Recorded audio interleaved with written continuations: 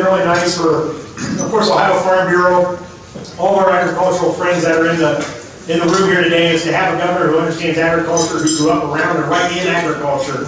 So that's a real pleasure for us, and a real pleasure for him to be here with us today, especially since we're celebrating our 100th year, our centennial year of the Ohio Farm Bureau.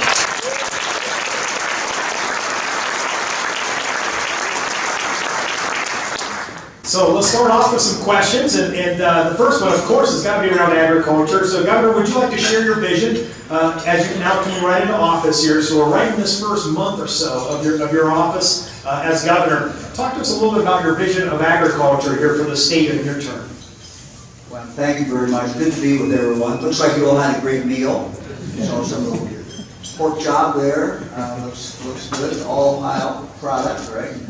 All Ohio meal. Let me first start off by introducing my wife, Fran. Yeah.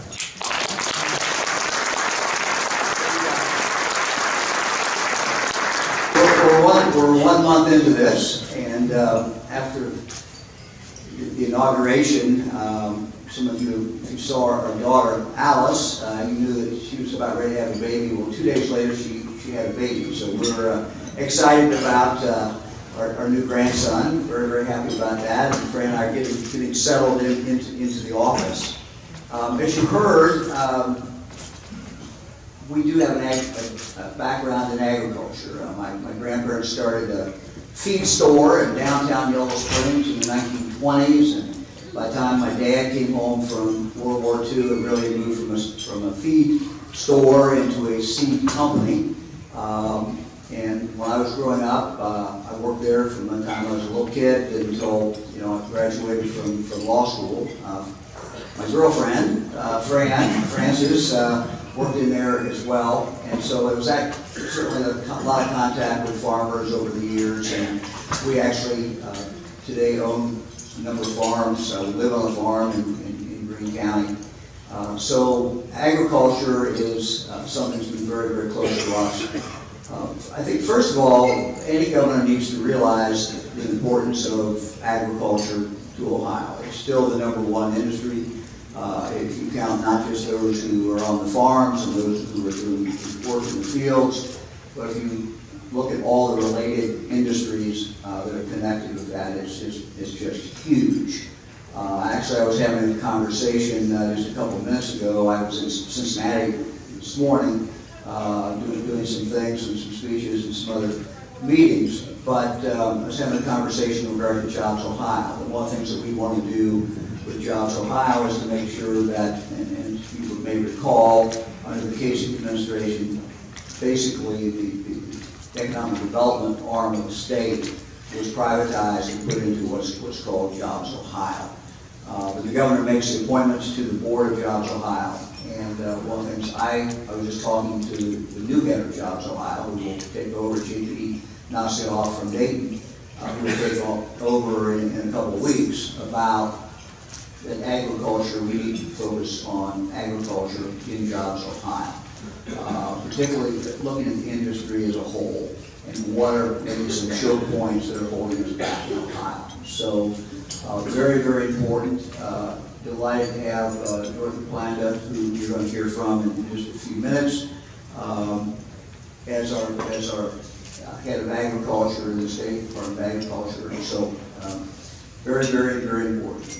Excellent. And you mentioned Jobs Ohio and business in the state of Ohio in your platform. We talk about regulation, and regulation in the state is something that agriculture both respects, and we have to have good regulation, but we also know we need to look hard at regulation. That's something that you talked about as part of your campaign and coming into your new role. Tell us a little bit about your regulatory philosophy and regulatory review, and also what does a good regulation look like, right? And what kind of regulation review process do you see unfold? Well, that's a good question. That's a good question. And we're all kind of products of our past, and as I told you all, I grew up in a small business. We probably never had more than 25 employees. My grandmother, Alice, kind of ran the office. I just remember when I was a little kid, even before I was working in there, my grandmother complaining about the government and all the idiots in Washington and some of the ones in Columbus and on about some crazy regulations, and if they made no sense, and so that's kind of where my background is. Look, we know we have to have some regulations, but one of the things that John Houston and I are starting to do, and one of the things we've tasked our different cabinet officials, directors we're doing, is to look at the different regulations. Not just look at new regulations and see whether they work or not. Well, let's go back and look at all the regulations that your department is enforcing and see, which ones make sense, which ones are outdated, which ones that are not being enforced, maybe the way they should. But part of it is not just the regulations themselves, part of it's a culture. And the culture should be that, yes, government is there to regulate, and government is there to make sure things are the way we've outlined them, and safety of people, et cetera. But there's ways to do that, and there's ways to do that. And, government can be of help. Part of it's a culture. Our culture and our administration that we're trying to drive down through our team, through our cabinet members, down into all the state employees is, look, we are here to try to help, and if there's a way to resolve this, fix the problem, let's get the problem, whatever the problem is, let's get the problem fixed. Let's not be punitive, let's be helpful.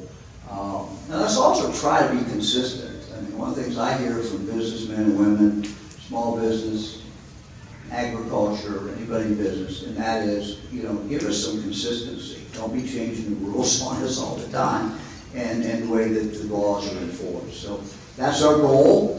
We're going to obviously fall short of that in some cases.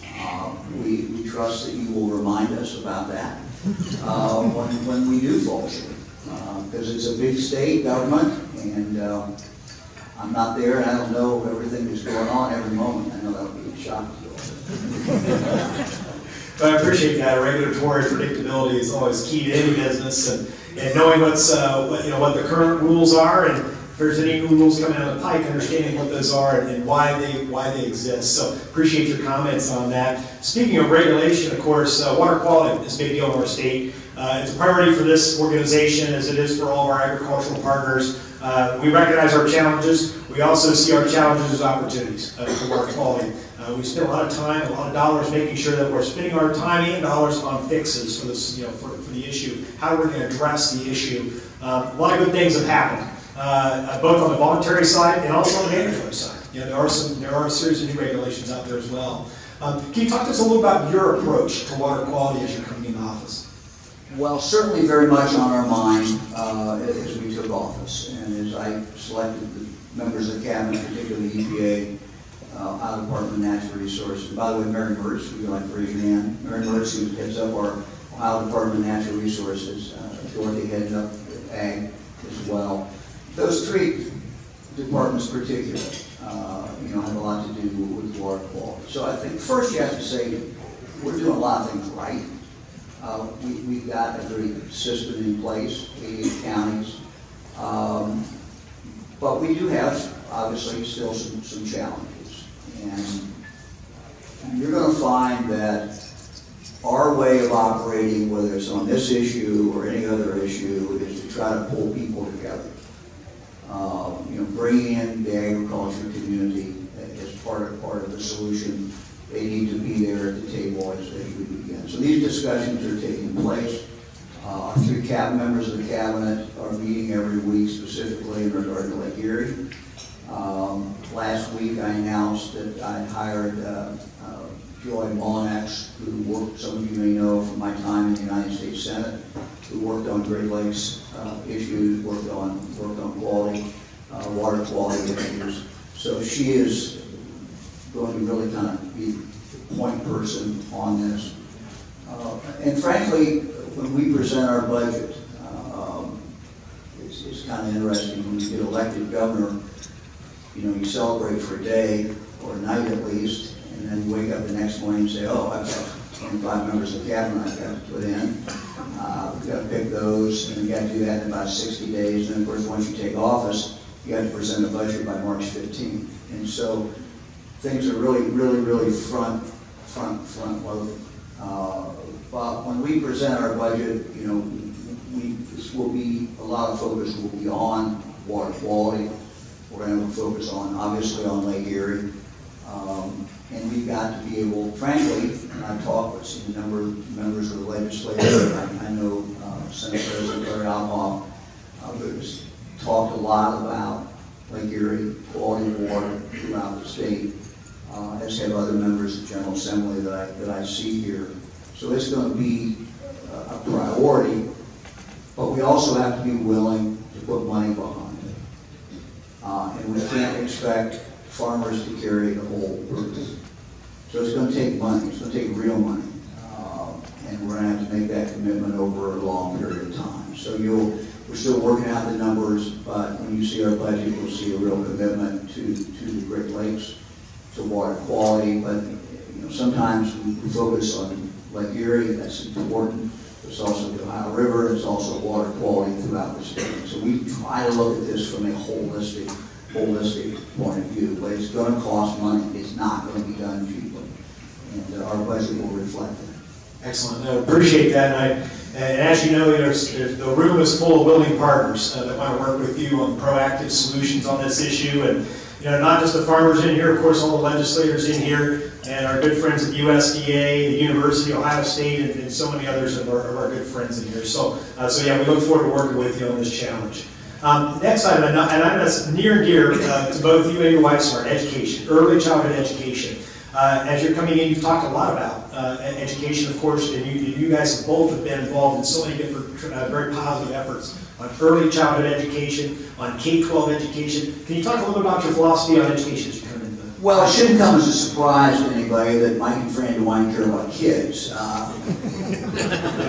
grandkids and kind of surrounded every day. But I'll just tell you a little story. When people have asked me to move into the governor's house, and I said, yeah, we're going to do that, and we did that. And the first night, of course, we had everybody in, all our family and kids and grandkids, and so I think we had, 30 people sleeping in the governor's house the first night. So it was got the house a quick break into the DeWine team. Next morning we had more comments. We had about 40 people for breakfast, I think. Ate good Ohio sausage, by the way. My friend Steve Evans is sausage, so that was good. But you're going to see a lot of emphasis, and you're going to hear us talk a lot about early childhood development. Again, anybody who's a parent, anybody who's a grandparent, you see how fast these kids develop. You see their personality being formed by 3 or 4. We all know kind of intuitively the importance of reading the kids. The truth is that we've got kids who have grown up who through absolutely no fault of their own, have grown up in difficult circumstances. And they're not getting the advantages that our kids and our grandkids have. And that's not their fault. There's some programs that really work. I just was in Cincinnati this morning. 10 o'clock had a kind of a roundtable discussion talking about what they've done in the Evendale part of Cincinnati, where the infant mortality rate was just off the charts. Ohio's infant mortality numbers are just absolutely horrible. They're verging on third world numbers.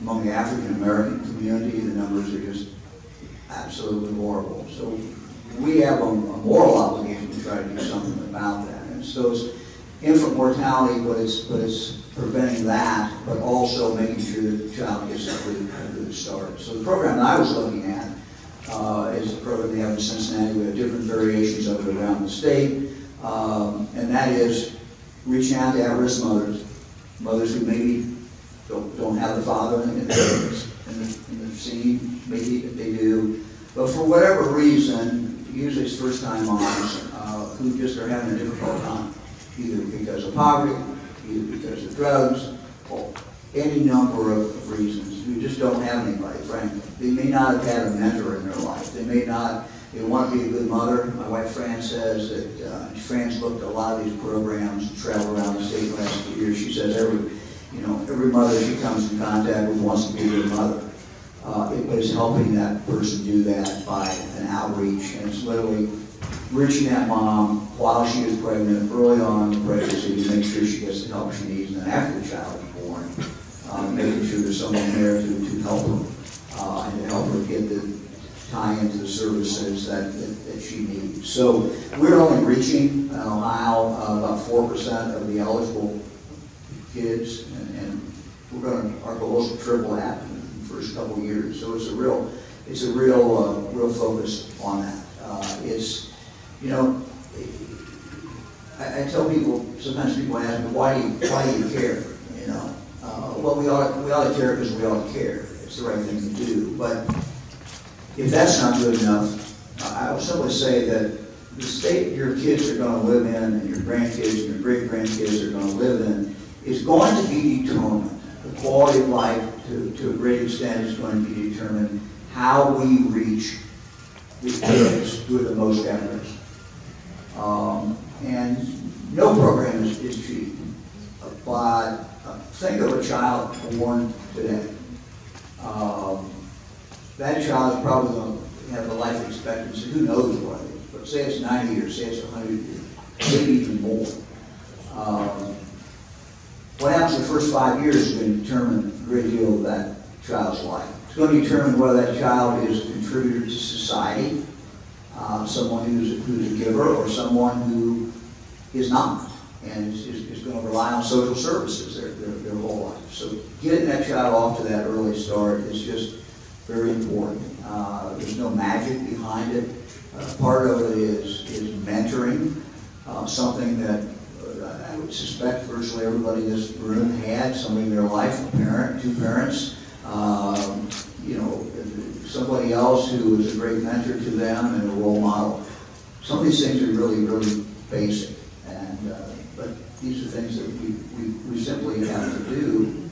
And what we do in the first 5 years is going to determine a lot of the outcome of that child. I appreciate that answer and those activities, and we know how important those things can absolutely be. Yeah. One more thing, and that is 4-H, FFA, the leaders in 4-H. How many of you have been 4-H leaders? Wow. Just like having a good teacher, the 4-H leader determines how good the club is and determines what those kids learn.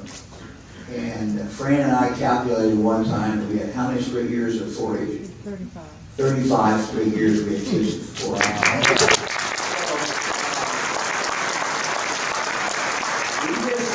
It took a long time to have 8 kids. It took a long time to do it. But we had some great 4-H leaders with our kids. And so it's the same thing. It's mentoring. It's adults who are involved in kids' lives. Yeah, that's terrific. I'm glad you mentioned 4-H and FFA, and there's so many of us in this room that understand that value. And if those programs can reach even more kids, we know that that's something that's a recipe of success for sure for young people. And you mentioned also drugs in there. And the opioid epidemic in Ohio, we know the challenges that we have and will have.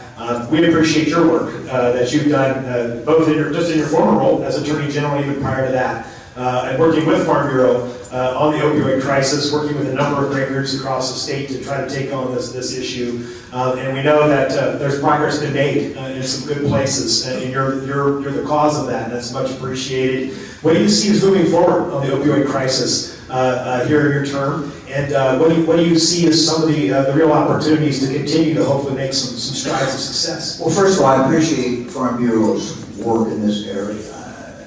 You and I have talked about this a lot. And Farm Bureau has this great opportunity because it's one of the best grassroots organizations in the state, in every single county, with farm councils and people coming together. So it's a great opportunity for education, and I know that you all have taken up that task.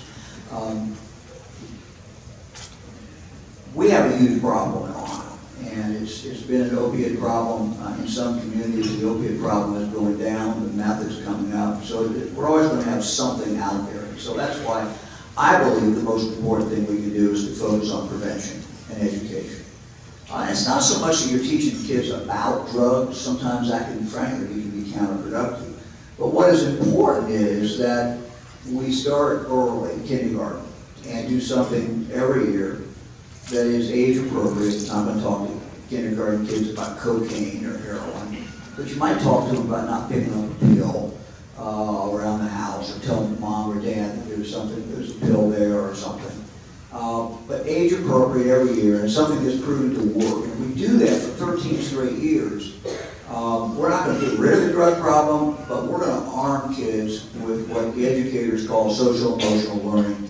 And it's going to reinforce what they're getting at home from kids who live in a good home environment and are getting that at home. For those who are not getting that at home, it's maybe the only time they're going to get that. And so that education component part of our strategy in regard to drugs is really the most important thing that we're going to be doing. So our goal is to have this occur in every single school, every child, every grade, every year in the state of Ohio, prevention. We're also going to do other things in regard to treatment. We're also going to do other things in regard to the law enforcement side, but because of time, I won't get into all those. But prevention, if I had to pick one, prevention is most important. Absolutely, I appreciate that. And Farm Bureau is part of several large prevention efforts, along with our partner Nationwide and others, and really feel the same way, right? Prevention is one of the absolute keys to the issue. And being a Southern Ohio guy, growing up in that part of the state, living in that part of the state, we know it's a statewide issue, but as we see it every day, and we know how important it is. So thank you for your efforts in that space. It's very, very important for the future of our state, especially for the future of our kids. So thank you. Healthcare, related to that topic.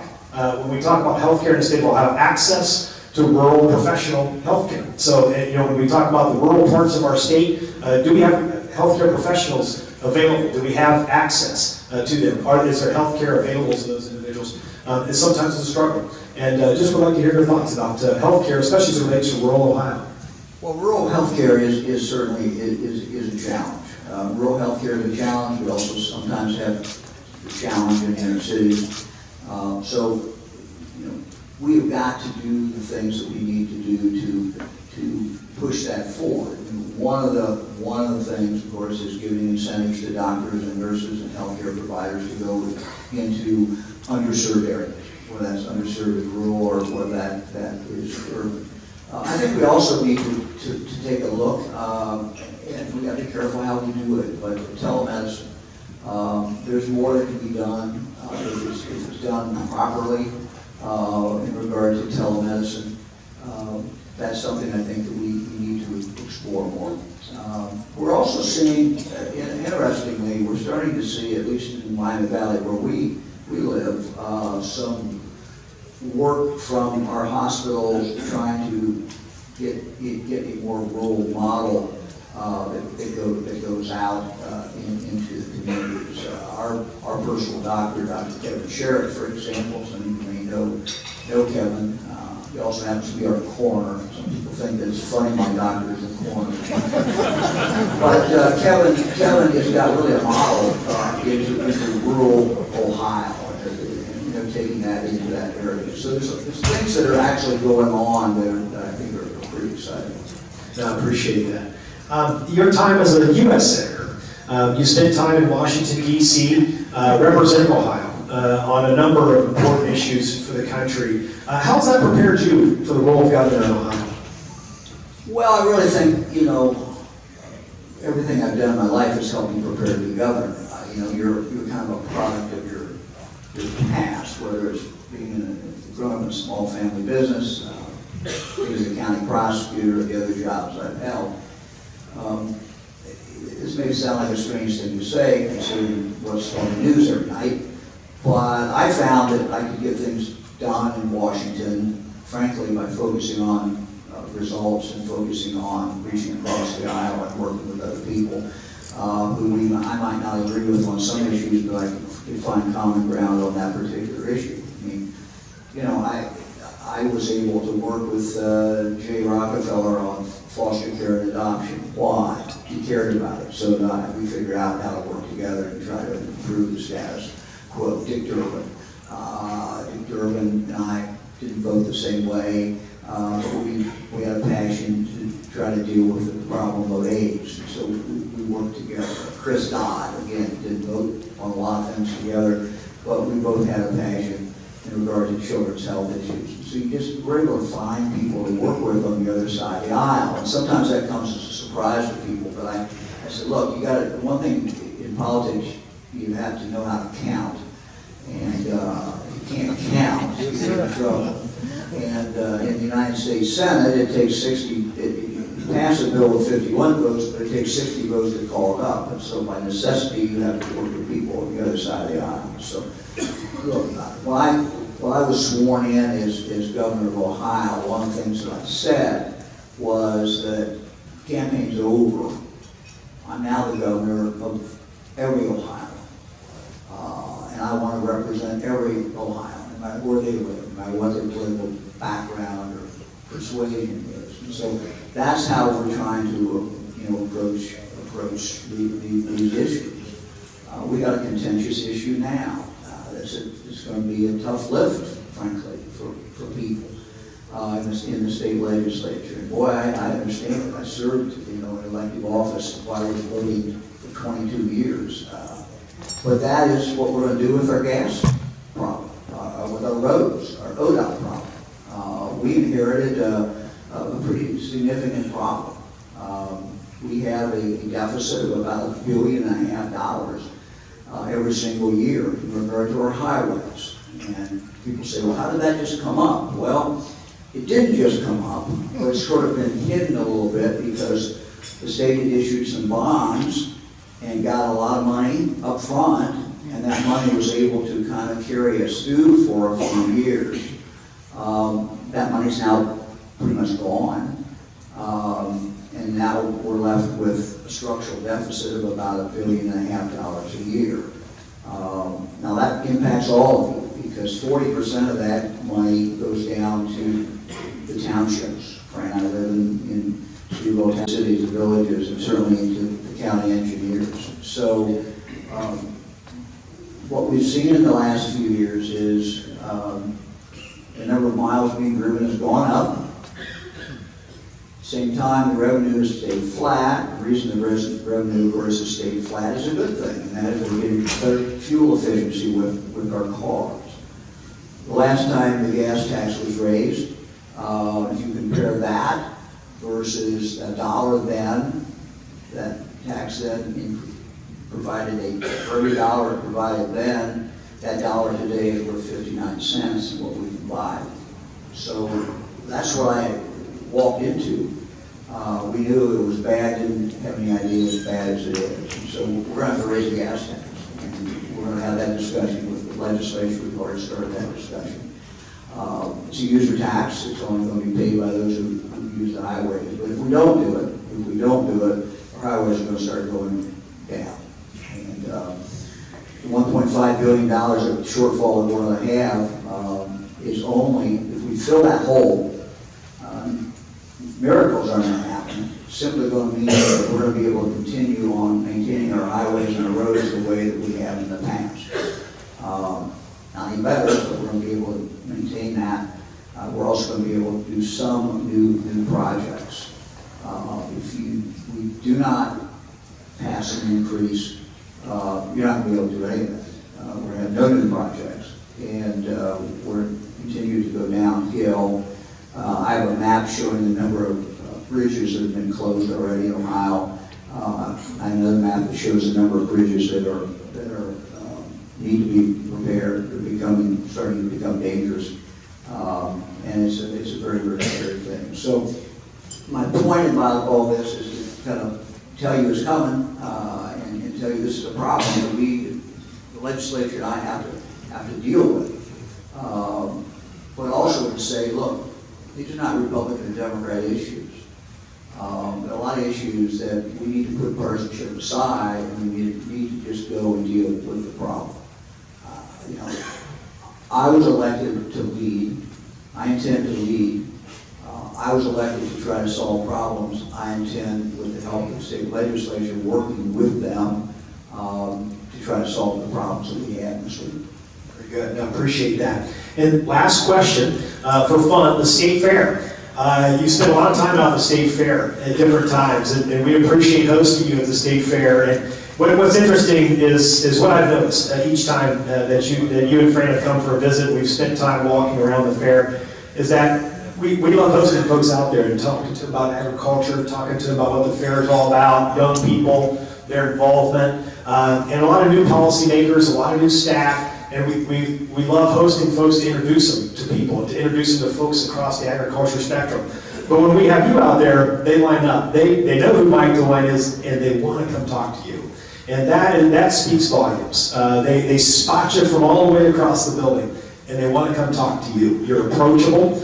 They enjoy interacting with you out there. And that's something that is special that I've noticed in those visits. And as the state fair is just around the corner, and Virgil Strickler and the whole group out there that do such a great job with the Expo Center, what's your plans on your engagement with the state fair this year? Well, Virgil does a great job. Fran and I love the state fair. One of the things that Fran has a real passion for, besides children, is nutrition. I don't know if she's a pretty good cook, but getting the education side of nutrition and letting young people understand where the food comes from, letting them understand what is nutritious food. These are areas where, I know Farm Bureau does great work, but the fair is a great place to do that. So Fran's going to be doing some things at the fair connected with that, working with Dorothy Blanda, our Ag Secretary, Ag Director. And I find the state fair is not only a lot of fun, but frankly it's the opportunity to promote Ohio. I think that the governor needs to every day, every waking moment, be promoting the state of Ohio. Because if the governor's not promoting Ohio, who is? And the state fair is really the opportunity to do that. I've talked with our ODNR director, Mary Burtz, ever since I was a little kid, going to the state fair with my dad, or my uncle, aunt and uncle would take me a lot to the state fair. ODNR was a place I always wanted to go because I thought it was really, really an exciting place. Kids now can go out there and watch fish, Mary, they can still fish. We're going to do a lot of different things. I've told Mary we need to up what ODNR does at the state fair. Not to put any pressure on him, but don't mess this up for me. Look, the state fair needs to be a showcase of the state. And so you showcase agriculture. It's about kids. So you're going to see me spend a lot of time at the state fair. I'm going to see Fran out there spending a lot of time at the state fair. And it goes together with our whole idea that we need to promote the state of Ohio. We need to explain to the people of the state how good Ohio is. It's not just people outside the state, it's people in the state. So I think sometimes, we're Ohioans, we're Midwestern, and we sort of take things for granted. But there are so many things to do in Ohio. All our county fairs. Fran and I over the years have been to every county fair. And we've been to the independent fair. We've been to the state fair. But just take this year, all the things that are going to happen statewide, not even connected with the fairs. 50th anniversary of Neil Armstrong walking on the moon. There'll be great festivities in Wapakoneta.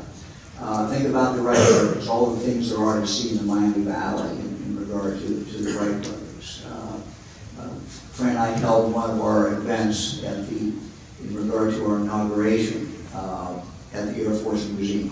Again, it's just a phenomenal. People come from all over the world to come to the Air Force Museum. Sometimes in Ohio, we take these things for granted. So again, tourism is important, but it's also important for us to promote Ohio to Ohioans. The state fair is the prime way to do that. Well, what a terrific answer. A great way to wrap up our conversation. And very, very well said. And your love of the state, your approach to how you do your business, the relationships that you've built all across the state with so many good people is so much appreciated. And we, again, thank you for being here with all of us today. And thank you for serving as our governor. Yep. Thank you all very much.